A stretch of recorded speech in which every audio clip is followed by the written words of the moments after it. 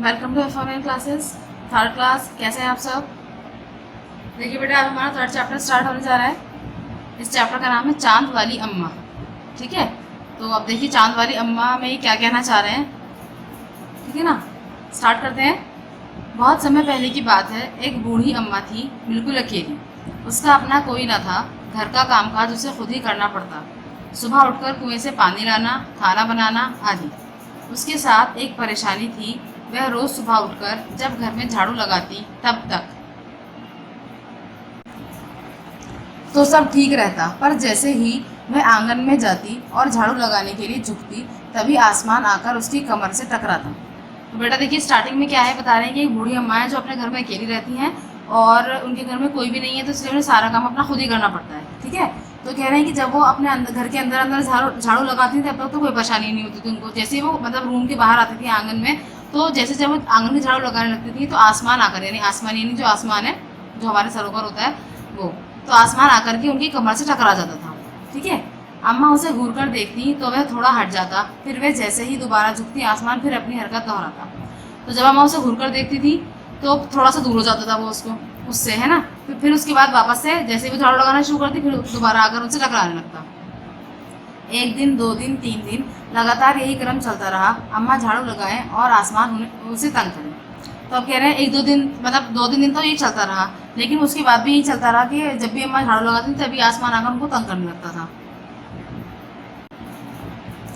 एक दिन कुएं पर पानी भरने को लेकर अम्मा का किसी और से झगड़ा हो गया। अम्मा ज़रा गुस्से में थी। वह झाड़ू उठाकर आंगन में गई और जैसे ही झुकी, आसमान ने अपनी आदत के अनुसार उसे फिर छेड़ा। ठीक है, अब देखिए ये जो बात बता रहे हैं, गांव की बात बता रहे हैं हमें, तो वहाँ पर क्या होता है, वहाँ पर पानी भरने के लिए ना कुएं पर जाना पड़ता है। तो कह रहे हैं कि वहाँ पर जब अम्मा जो है कुएं पर पानी भरने के लिए गई तो वहाँ पर किसी से उनका झगड़ा हो गया, तो उन्हें गुस्सा आ गया, क्योंकि जब किसी से झगड़ा होता है हमारा तो हमें गुस्सा आ जाता है ना। तो अब उसके बाद क्या हुआ कि वो पानी, मतलब उनको गुस्सा आ रहा था, उसके बाद वो जो है झाड़ू लगाने के लिए आंगन में आई अपने, और जैसे ही झुकी तो आसमान ने वही अपनी आदत के अनुसार, यानी अपनी आदत के मुताबिक क्या करा, उनको फिर से क्या करा, छेड़ना शुरू कर दिया, यानी उनको उनसे टकराने लगा आकर के। अम्मा ने आओ देखा ना ताओ और कसकर एक झाड़ू आसमान को दे मारी। आसमान झट हट गया, पर वह भी अपनी आदत से मजबूर था। दूसरी बार फिर अम्मा से झुकते ही टक्कर मारने लगा। अम्मा ने फिर पूरी ताकत से उस पर वार किया। तो कह रहे हैं अम्मा को गुस्सा तो आ रहा था, क्योंकि उन्होंने बताया भी झगड़ा हो गया था उनका। तो उन्होंने क्या करा, आओ देखा ना ताओ, यानी उनको कुछ सूझी नहीं, उन्होंने क्या करा, उन्होंने झाड़ू ली और आसमान के कसके से लगा दी झाड़ू, यानी झाड़ू से मारा आसमान को। तो जैसे ही आसमान में झाड़ू लगी तो आसमान पीछे हट गया, और उसके बाद लेकिन वो बेचारा क्या करता, वो अपनी आदत से मजबूर था, तो थोड़ी देर के बाद उसने दोबारा से अम्मा को टक्कर मारना शुरू कर दिया। अम्मा ने क्या करा, अम्मा ने फिर उस पर पूरी ताकत से वार किया, यानी पूरी ताकत से उसको मारा दोबारा से। आसमान को शरारत सूझी, इस बार उसने झाड़ू पकड़ ली। उधर अम्मा भी झाड़ू पकड़े थी। रस्साकशी शुरू हो गई। झाड़ू का ऊपर वाला हिस्सा आसमान पकड़े हुए था तो नीचे वाला अम्मा, दोनों छोड़ने को तैयार नहीं थे। अम्मा चिल्लाई, छोड़ मेरा झाड़ू, मेरे पास एक यही झाड़ू है। तो अब क्या हुआ, अब अम्मा ने दोबारा से मारी थी ना उसको, तो इस बार आसमान ने शरारत में क्या किया, उस झाड़ू को पकड़ लिया। जैसे कि कोई स्टिक से किसी को मारे और वो स्टिक पकड़ ले, तो इस तरीके से शरारत में उसने वो झाड़ू पकड़ ली। अब रस्साकशी शुरू हो गई। रस्साकशी बोलते हैं टग ऑफ वॉर होता है, एक गेम होता है ये। इसके अंदर क्या होता है, आपने देखा भी होगा शायद, एक रस्सी होती है और दोनों तरफ रस्सी के दोनों सिरों को, जैसे मान लो एक तरफ 10 लोग हैं तो दूसरी तरफ भी 10 लोगों ने पकड़ रखा होता है ना, और वो खींच रहे होते हैं एक दूसरे को। तो ऐसे ही रस्साकशी शुरू हो गई। झाड़ू का ऊपर वाला हिस्सा आसमान ने पकड़ रखा था, देखिए यहाँ दिख भी रहा है ना, और नीचे वाला हिस्सा अम्मा ने पकड़ रखा था, देखिए ये अम्मा ने पकड़ रखा नीचे वाला हिस्सा। ना तो झाड़ू अम्मा छोड़ रही थी और ना ही आसमान छोड़ रहा था। अम्मा चिल्ला रही थी कि छोड़ मेरा झाड़ू, मेरे पास यही झाड़ू है। फिर क्या हुआ, तब भी आसमान ने नहीं छोड़ा। बूढ़ी अम्मा कब तक रस्साकशी करती, थक गई। ठीक है, यानी आसमान से वो कहते रहे, लेकिन आसमान को शरारत सूझी हुई थी, उसने उनकी झाड़ू नहीं छोड़ी। और अब बूढ़ी, वो वैसे भी जो अम्मा थी वो काफ़ी बूढ़ी थी, तो वो थक गई। आसमान ने झाड़ू खींचना नहीं छोड़ा। अब वह झाड़ू के साथ ऊपर उठने लगा। उसके साथ साथ झाड़ू पकड़े हुए अम्मा भी ऊपर जाने लगी। वह चिल्लाई, मुझे नीचे छोड़ दे। अब क्या हुआ, अब आसमान ने पहले तो उसने झाड़ू पकड़ रखी थी, अब धीरे धीरे उसने क्या करा, उसने ऊपर उठना शुरू कर दिया। जब वो ऊपर उठने लगा तो साथ साथ क्या हुआ, अम्मा भी ऊपर उठने लगी। अम्मा उनसे चिल्लाने लगी, कह रहे मुझे छोड़ दे नीचे, मैं गिर जाऊंगी, इस तरीके से उन्होंने कुछ कहा, है ना। आसमान ने कहा, अम्मा अब मैं तुम्हें नहीं छोड़ूंगा, ले चलूंगा ऊपर, वहीं झाड़ू लगाना। तो आसमान ने क्या कहा अम्मा से कि नहीं अम्मा, मैं तुम्हें छोड़ूंगा नहीं यहाँ पर नीचे ज़मीन पर, अब तुम ऊपर चलो, ऊपर जाकर झाड़ू लगाना, ठीक है। अम्मा अब झाड़ू नहीं छोड़ सकती थी क्योंकि वह बहुत ऊपर पहुंच चुकी थी। तभी उसे वहां चांद दिख गया। झट अम्मा ने पैर बढ़ाया और चांद पर चढ़ गई, पर झाड़ू नहीं छोड़ी। आसमान को फिर शरारत सूझी। उसने सोचा अम्मा तो चांद पर चढ़ गई हैं, यदि चांद उसकी मदद करेगा तो मैं हार जाऊंगा, इसे यहीं रहने दूँ। ठीक है ना। अब यहाँ पर क्या हुआ, अम्मा ने जो है, अम्मा झाड़ू छोड़ नहीं सकती थी क्योंकि दो वजह थी ना छोड़ने की। एक तो ये कि उनके पास एक ही झाड़ू थी, और दूसरी वजह ये थी कि वो अगर झाड़ू छोड़ती तो वो गिर जाती, उनकी चोट लग जाती। ठीक है। अब वो बहुत ऊपर पहुंच चुकी थी, इसलिए उन्होंने झाड़ू नहीं छोड़ा। अब जब वो काफ़ी ऊपर चली गई तो वहाँ पर वो चांद के करीब जब पहुंची तो उन्होंने जल्दी से अपना पैर बढ़ा करके चांद पर बैठ गई वो, है ना। और लेकिन झाड़ू नहीं छोड़ा, झाड़ू पकड़ कर ही बैठी रही। आसमान को फिर से ज़रा सूझी, मतलब अब उसने फिर कुछ सोचा। क्या सोचा? उसने सोचा कि अगर अम्मा ने चांद से मदद मांग ली तो क्या होगा, चांद उनकी मदद कर देगा और मैं हार जाऊंगा। ठीक है, तो ऐसा करता हूँ कि मैं अम्मा को यहीं पर ही रहने देता हूँ। ऐसा सोचकर उसने झाड़ू छोड़ दिया। अम्मा झाड़ू से ही चांद पर रह गई। वह इतनी थक गई थी कि झाड़ू पकड़े पकड़े ही चांद पर बैठ गई। आसमान ऊपर चला गया। उस दिन से आज तक बूढ़ी अम्मा झाड़ू पकड़े चांद पर बैठी हैं। तो अब कह रहे हैं कि फिर उसने, अभी तक तो आसमान ने पकड़ रखी थी झाड़ू, है ना, अम्मा चांद पर चढ़ गई थी, लेकिन आसमान और उनके बीच में झाड़ू की रस्साकशी अभी भी चल रही थी। ठीक है। तो अब जब वहाँ पर वो चढ़ गई तो आसमान ने झाड़ू को छोड़ दिया, और अम्मा इतनी थकी भी थी कि वहीं पर ही झाड़ू पकड़े पकड़े वहीं पर ही बैठ गई। ठीक है। और आसमान ऊपर चला गया। तो उस दिन से आज तक जो है बूढ़ी अम्मा झाड़ू पकड़े चांद पर बैठी है। बेटा ये जो कहानी है ये लिखी किसने? तारा निगम ने लिखी है। तो अब आप ये सोच रहे होंगे कि आसमान नीचे कैसे आया, है ना, उसने, आसमान ने किसी इंसान से बात कैसे की। बहुत सारे सवाल आपके जहन में आ रहे होंगे। तो बेटा आपके लेवल के हिसाब से ये एक इमेजिनरी स्टोरी है, ऐसा एक्चुअल में कभी होता नहीं है, ये सिर्फ एक इमेजिनेशन है। तो अक्सर क्या होता है, जब आप चांद देखते हैं तो चांद के अंदर बच्चों को या बड़ों को भी बहुत सारी चीज़ें दिखती हैं, इमेजेस दिखती हैं, यानी जो आप इमेजिन करते हैं वो आपको नजर आता है। तो ज़्यादातर बच्चों को ऐसा लगता है कि चांद पर जो है कोई बूढ़ी अम्मा बैठी है झाड़ू पकड़ करके। ठीक है। कभी आप भी देखिएगा और देखिएगा आपको क्या नजर आता है। तो इसलिए जो है उन्होंने ये कहानी इस तरीके से प्रिपेयर की है। तो चैप्टर आपका कंप्लीट हो गया। अब देखते हैं इसके अंदर क्या क्या कार्य हमें करना है। ठीक है। तो छोटा सा चैप्टर था, इंटरेस्टिंग था आपको, मुझे लगता है कि आपको अच्छा लगा होगा। सबसे पहली हेडिंग है इसकी, तुम्हारी कल्पना से। तो इसके अंदर कुछ प्रश्न दे रखे हैं, इसके उत्तर लिखने हैं आपको। जैसे बूढ़ी अम्मा चांद पर क्यों चढ़ गई होंगी, ये प्रश्न है। सारे पहले प्रश्न पढ़ लेते हैं, फिर मैं आपको इसके उत्तर बता दूंगी। फिर दूसरा है, चांद वाली अम्मा झाड़ू क्यों नहीं छोड़ना चाहती थी। तो उन्होंने बता दिया कि उनके पास एक ही झाड़ू था, है ना। तीसरा क्वेश्चन है, मतलब तीसरा प्रश्न है, चित्रों को देखकर बताओ कि अम्मा के साथ कौन कौन रहता होगा। तो चित्र के हिसाब से वहाँ पर आसमान में कौन कौन रहता है, वो तो चांद पर है, तो चांद रहता है उनके साथ, सितारे रहते हैं, और बादल भी रहते हैं। वो थोड़ा सा ऊपर है लेकिन वहीं कहीं आसपास ही रहते हैं। ठीक है। उसके बाद फोर्थ है, आसमान बार बार आकर अम्मा की कमर से क्यों टकराता था, तुम्हें क्या लगता है। तो ये आपसे पूछ रहे हैं कि आपको क्या लगता है। देखिए इसके जो पॉसिबल आंसर्स है वो मैंने लिखे हैं। आप अगर अपनी इमेजिनेशन से कुछ लिखना चाहते हैं तो आप भी लिख सकते हैं, उसमें ऐड ऑन कर सकते हैं। तो पहले प्रश्न का उत्तर देखिए, बूढ़ी अम्मा गिरने से बचने के लिए चांद पर चढ़ गई होंगी, क्योंकि उनको लगा कि पता नहीं कितना ऊपर और लेके जाएगा मुझे ये, तो वो अपने आप को बचाने के लिए चांद पर चढ़ गई होंगी, है ना।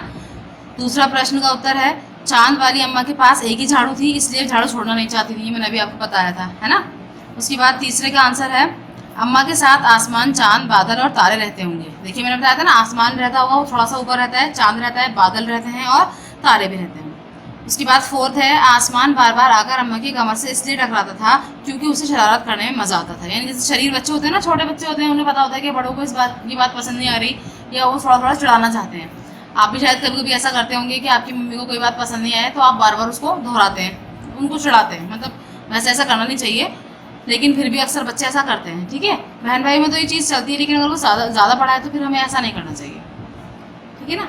नेक्स्ट क्वेश्चन देखते हैं।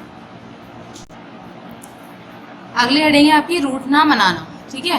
अब देखिए इसमें क्या है, जब बूढ़ी अम्मा उड़ी जा रही थी तो उन्होंने आसमान को हर तरह से मनाने की कोशिश की। बताओ उन्होंने क्या क्या कहा होगा। हर तरह मनाने की कोशिश की, यानी कभी गुस्से से, कभी प्यार से, है ना। तो इस तरीके से मनाने की उन्होंने कोशिश की होगी कि वो उनको छोड़ दे। तो अब देखिए ज़रा, तो फर्स्ट वाले क्लाउड में क्या लिखना है, घबराकर। उन्होंने क्या कहा होगा, अरे मुझे कहाँ लिए जा रहा है ना, घबराकर, यानी घबराहट वाली साउंड में उन्होंने इस तरह कहा होगा। गिड़गिड़ाकर क्या कहा होगा, गिड़गिड़ाकर जब आप किसी से रिक्वेस्ट करते हैं, छोड़ दे मुझे, मत खींच, है ना, इस तरीके से उन्होंने कुछ कहा होगा। फिर गुस्से से क्या कहा होगा उन्होंने, आसमान छोड़ दे मुझे वरना, ऐसे करके, है ना, मतलब थोड़ा धमकी दे करके।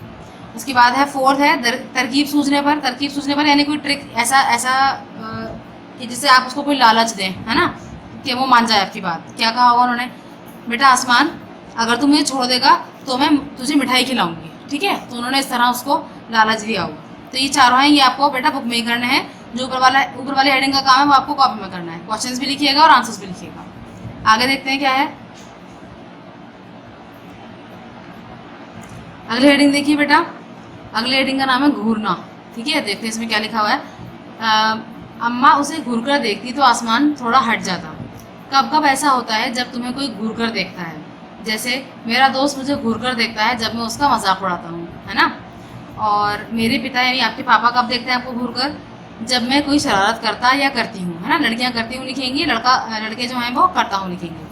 तो इसमें भी अब यहाँ पर आपकी शरारत कुछ भी हो सकती है ना। कोई शरारत करता हूँ, जैसे उनका फ़ोन लेता हूँ या उनसे मतलब बार बार पैसे मांगता हूँ, ये अक्सर इस बात पर वो घूरकर देख सकते हैं आपको। ठीक है, फिर आता है मेरे शिक्षक। शिक्षक यानी टीचर। आपको टीचर आपको कब घूरकर देखते हैं, जब मैं कक्षा में बातें करता या करती हूँ। तो बातें करने की वजह से भी देख सकते हैं। फिर किसी को जब आप मार देते हैं, मतलब जैसे चोट लग जाती है आपसे, तो जब भी देख सकते हैं घूर करके। या फिर आप शरारत कर रहे होते हैं क्लास में, शोर मचा रहे होते हैं, है ना, या डेस्क से बाहर आकर खड़े होते हैं या बाहर झाँक रहे होते हैं, तो इस सब चीज़ों से डांट पड़ सकती है। तो आप कोई भी ऐड कर सकते हैं। मैंने यहाँ पर एक नॉर्मल सी बात लिख दी। उसके बाद है मेरी बहन या मेरा भाई। मेरी बहन या मेरा भाई जब मैं उनके खिलौने ले लेता या ले लेती हूँ। ठीक है, जिसकी बहन है तो वो ये वाली लाइन लिख देगा कि मेरी बहन जब मुझे घूर के देती है जब मैं उनके खिलौने ले लेता हूँ, है ना। और जिसके भाई हैं वो इस तरह लिख सकते हैं। समझ आया। तो ये तो बहुत ही मतलब क्रिएटिविटी इसमें आ सकती है, क्योंकि आप अपने एक्सपीरियंसेस भी लिख सकते हैं इसके अंदर। देखिए बेटा, जो एनसीईआरटी की बुक्स है उनकी यही अच्छी बात है कि इसके अंदर आपके एक्सपीरियंसेस को बहुत सारा स्पेस दे रखा है। यानी आपके ना एप्लीकेशन बेस्ड नॉलेज है ये। आप क्या करते हैं, आप क्या सोचते हैं, आपके साथ क्या होता है, ये सब चीज़ें आपको उसके अंदर लिखनी है। तो बहुत ध्यान से अगर आप इंटरेस्ट के साथ उसको पढ़ेंगे तो आपको बहुत मज़ा आएगा। ठीक है ना। आगे देखते हैं अगला। अगली हेडिंग है दम लगा के हईशा। दम लगा के हईशा के अंदर क्या लिखा है, रस्साकशी के खेल में दो टोलियों के बीच खूब खींचातानी होती है। कुछ और खेलों के नाम लिखो जिनमें दो टोलियां खेलती हों। तो बेटा भी बताया था मैंने आपको कि रस्साकशी यानी टग ऑफ वॉर में क्या होता है कि दो टीम्स होती हैं, आमने सामने होती हैं वो, और एक रस्सी के दोनों सिरों को पकड़ रखा होता है उन्होंने और वो एक दूसरे की तरफ खींच रहे होते हैं। ठीक है, तो आप देखिए इसके अंदर क्या बता रही हैं कि ये दो टोलियों वाले खेल बता रहे हैं, यानी जिन खेलों में दो टोलियां पार्टिसिपेट करती हैं, भाग लेती हैं, वो नाम बता रहे हैं। जैसे खो खो में होता है, क्रिकेट के अंदर दो टोलियां होती हैं, है ना, एक बॉलिंग करती है एक बैटिंग करती है। एक फुटबॉल के अंदर भी दो टोलियां होती हैं। ठीक है, और हॉकी के अंदर भी। ऐसे बहुत सारे गेम्स हैं। आपको कुछ और पता हो तो वो भी आप ऐड कर सकते हैं इसके अंदर। तो जो काम मैंने बुक में लिख रखा है वो आप बुक में लिखिएगा, जो कॉपी में करने के लिए कह रही हूँ वही कॉपी में करिएगा। ठीक है, अगला क्वेश्चन देखिए। अगली हेडिंग है साफ सफाई। साफ सफाई में क्या है, घर की सफाई करने के लिए किन किन चीज़ों का इस्तेमाल होता है। ठीक है, बहुत सारी चीज़ों का इस्तेमाल होता है, जैसे पोछे का, झाड़ू का, सर्फ का, है ना, और जो आजकल वो मॉप आ रहा है तरीके का जो स्टैंड वाला होता है उसका इस्तेमाल होता है, ब्रश का इस्तेमाल होता है। ठीक है, तो इन सब चीज़ों का इस्तेमाल आपका फिनाइल का भी होता है ना। अच्छा, अगला देखिए, किन किन मौक़ों पर तुम्हारे घर का सारा सामान हटाकर खूब जोर शोर से सफाई होती है। तो किन किन मौक़ों पर होती है भाई, देखिए ईद पर होती है एक तो, है ना, बकरा ईद पर होती है, रमज़ानों में होती है। ठीक है, और जब कोई ख़ास मेहमान आ रहे होते हैं, यानी जैसे कोई दूर से मेहमान आ रहे हैं रहने के लिए, तो सारा घर साफ़ करते हैं एकदम से, है ना। तो इन सब मौक़ों पर हमारे घर पर मतलब सारा, वैसे तो सफाई तो रोज़ होती है लेकिन सारा सामान हटाकर, नहीं एक जिसको आप कहेंगे ना तफसीली सफाई, तो वो ख़ास मौक़ों पर होती है। तो वो मैंने आपको बता दिए। उसके बाद है ये मौक़े ख़ास क्यों हैं। तो ये मौक़े ख़ास इसलिए होते हैं कि एक तो त्यौहार तो भी रोज़ रोज़ तो आता नहीं है, साल में एक ही बार त्यौहार आता है। ठीक है, और मेहमान जो है हमारे यहाँ पर, हम भारतीय संस्कृति में के मानने वाले लोग हैं, तो मेहमान को हम लोग क्या मानते हैं भाई, मेहमान जो है वो ईश्वर का रूप होते हैं, ये मेहमानों के आने से बरकत आती है, ये हम मानते हैं। तो इसलिए जो है जब भी मेहमान कोई आता है तो हमें अपना घर साफ़ रखना चाहिए। और फिर दूसरी बात ये कि अगर हम घर साफ़ रखेंगे तो उनकी तरफ हमारी इमेज अच्छी जाएगी, वो सोचेंगे नहीं हम लोग साफ़ सुथरा रहते हैं, है ना। इसलिए हम लोग क्या करते हैं, सफाई वगैरह करते हैं। उसके बाद फोर्थ का है, फोर्थ देखिए, सफाई के काम से जुड़े हुए शब्द सोचो और लिखो। जैसे झाड़ना, तो झाड़ना है ना, ये क्या हो गया, एक क्रिया हो गई, क्योंकि इसमें लास्ट में क्या आ रहा है, ना आ रहा है। झाड़ना यानी कोई काम जो आप कर रहे हैं, जैसे झाड़ाई वगैरह करते हैं ना, झाड़ना। फिर इससे रिलेटेड क्या हो सकता है भाई, सफाई से रिलेटेड पोंछना, धोना, सूतना और मांझना। ठीक है, इनके ऊपर वाले के आंसर्स मैं आपको बता देती हूँ।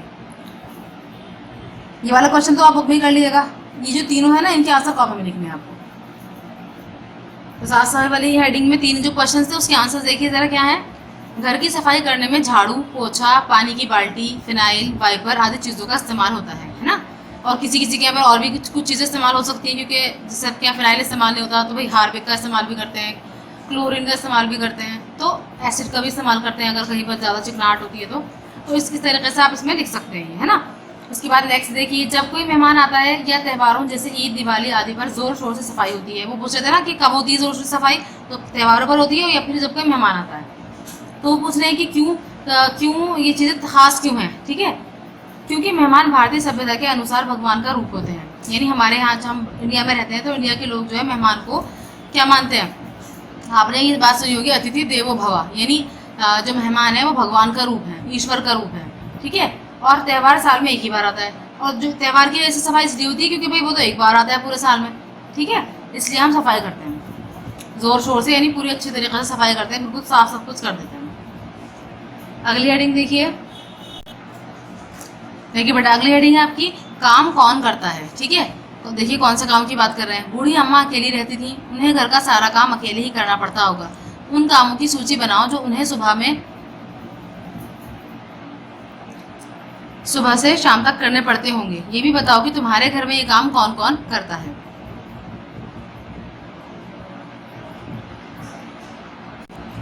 अब देखिए फर्स्ट टेबल यहाँ बनी हुई है, इसमें क्या लिखा है, बूढ़ी अम्मा के काम और मेरे घर में कौन करता है ना। तो बूढ़ी अम्मा का क्या काम था, बाजार से सामान लाना, यानी बाजार से सामान लेकर आती होंगी वो खाना वगैरह पकाने के लिए, ठीक है। तो ये काम कौन करता है भाई, आपके घर में कौन करता होगा, पापा करते होंगे। झाड़ू लगाने का काम कौन करता है, मम्मी करती होंगी। खाना बनाने का काम मम्मी करती है ना। कपड़े धोने का काम मम्मी या आप ही करती होंगी आपकी, ठीक है।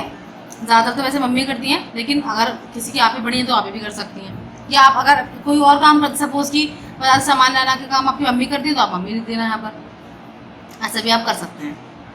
अगली हेडिंग देखिए ज़रा। अगली हेडिंग है, तुम कौन से काम करते हो, अपने कामों के बारे में बताओ। यानी आप कौन कौन से काम करते हैं ये बताना है। तो भाई देखिए छोटे छोटे काम तो घर के आप कर लेते हैं ना, अभी तो आप थर्ड क्लास में, थर्ड क्लास के बच्चे छोटे छोटे काम तो कर सकते हैं, जैसे पौधों में पानी डालना, है ना। घर के अंदर के काम जो है वो ये है ना। पानी की बोतलें भरना, अब देखिए गर्मी बंद चल रही है तो कितना पानी यूज़ होता है, तो पानी की बॉटल्स भरते होंगे शायद आप। अपना बिस्तर ठीक करना, जैसे जब आप सोने लेटते हैं तो बिस्तर साफ कर लेते हैं अपना। जूते पॉलिश करना, जैसे अब तो स्कूल नहीं आ रहे आप, लेकिन जब स्कूल आते हैं तो शायद आपने बूट पॉलिश भी कर लेते हैं, ठीक है। उसके बाद कह रहे हैं घर से बाहर के क्या काम है आपके, भाई स्कूल जाना, स्कूल जाते हैं ना, खुद ही तो आते हैं स्कूल, फिर ट्यूशन जाना, दूध लाना, सब्जी लाना, या इसके अलावा भी आप कुछ इसमें ऐड कर सकते हैं, ठीक है। नेक्स्ट क्वेश्चन देखिए, तो बूढ़ी अम्मा की मदद किन किन कामों में कर सकते हो। यानी वो पूछ रहे हैं कि अगर आप बूढ़ी अम्मा के साथ हों तो आप उनकी क्या क्या मदद करेंगे। देखिए क्या हो सकता है इसका आंसर, मैं बूढ़ी अम्मा की मदद पानी लाने में और झाड़ू लगाने में कर सकता या सकती हूँ। जो चैप्टर में हम उन्होंने मतलब काम बताए हैं उनके, तो उनमें से आप किसमें मदद कर सकते हैं, पानी लाने में मदद कर सकते हैं उनकी। अभी आप छोटे तो आप छोटी छोटी चीज़ों में पानी भरकर लेकर आ सकते हैं, ठीक है। और झाड़ू लगाने में भी उनकी मदद कर सकते हैं, क्योंकि झाड़ू लगाने में कोई इतना बड़ा बहुत ट्रिकी काम नहीं है ये, तो छोटे मोटे एरिया में आप झाड़ू लगा भी सकते हैं, है ना। तो ये आप काम कर सकते हैं बूढ़ी अम्मा के लिए। अगली हेडिंग देखिए, कितने नाम कितने काम। इसमें क्या करना है, इस कहानी में नाम वाले और काम वाले कई शब्द आए हैं, उन्हें छांटकर नीचे तालिका में लिखो। बेटा देखिए नाम वाले जो शब्द होते हैं उसको हम बोलते हैं संज्ञा। क्या बोलते हैं, संज्ञा, यानी नाउन, है ना।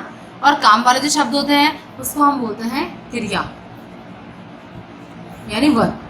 तो इस चैप्टर में बहुत सारे ऐसे वर्ड्स आए हैं जो नाम वाले हैं, बहुत सारे ऐसे हैं जो काम वाले हैं। तो देखिए मैंने कौन कौन से छांट कर लिखे हैं, जैसे अम्मा, आसमान, झाड़ू, चांद। तो ये सब क्या है, ये नाम वाले शब्द हैं, यानी ये सब क्या है, नाउन है, ये संख्या है। उसके बाद है काम वाले शब्द। तो काम वाले शब्द के अंदर पानी लाना, खाना बनाना, झाड़ू लगाना, तंग करना, तो ये सब कौन से हैं, ये क्रिया शब्द हैं, यानी वर्ब्स हैं, ठीक है। उसके बाद अगली हेडिंग देखिए, अगली हेडिंग में लिखा हुआ है तुम्हारी शरारत। अपनी किसी शरारत के बारे में लिखो। अरे आसमान की शरारत तो कुछ भी नहीं, मैंने तो एक बार। तो यानी इस तरह स्टार्टिंग करेंगे कि भाई आसमान की जो शरारत थी वो तो कुछ भी नहीं है, मैंने तो एक बार आपने क्या किया था, तो वो आपको खुद बताना है, ये आपका होमवर्क है, ठीक है। और इसको आप लिखेंगे अपनी कॉपी में। आप बताएंगे कि क्या हुआ था, एक बार आपने क्या शरारत की थी, उससे क्या नुकसान हुआ, क्योंकि बच्चे तो शरारत अक्सर करते रहते हैं, है ना। जैसे भाई कोई बच्चा जो है क्या कर रहा है, किसी कोई चीज़ छुपा दी, मतलब बहन भाइयों की, ऐसे नहीं कि चुरा ली, छुपा दी फिर बाद में दे दी उनको, है ना। या किसी तरह किसी को परेशान कर दिया, थोड़ा बहुत चढ़ा दिया उसको, लेकिन बाद में सॉरी भी कर लेना, है ना। ऐसे नहीं कि आप जो है उनको परेशान करें। तो ये ध्यान रखिएगा, ये आपको लिखना है कि आपने क्या शरारत करी है। इसके बाद एक लास्ट क्वेश्चन आपका रहता है, देखिए बेटा ये लास्ट क्वेश्चन आपके इस चैप्टर का। इसमें आपको क्या करना है, तुम्हें चांद में क्या दिखाई देता है ये बताना है। जैसे सपोज कि आप रात को तो सब देखते हैं ना चांद, तो जब चांद आपको पूरा चांद जब आपको नज़र आता है तो उसके अंदर आपको ध्यान से देखना है और इमेजिन करना है, आपको ये देखना है कि आपको उसमें क्या नज़र आ रहा है। तो जो भी कुछ आपको नज़र आता है ना वो आपको इसके अंदर ड्रॉ करना है इस चांद के अंदर, ठीक है। तो ये चैप्टर आपका कंप्लीट हो गया। आई होप आपको समझ आया होगा, इंटरेस्टिंग चैप्टर था, ठीक है। जो भी काम मैंने आपको बताया जैसे जैसे करने के लिए उस तरह कीजिएगा, इसको काम कंप्लीट कर लीजिएगा। So thank you, thanks for watching, अल्लाह हाफिज़।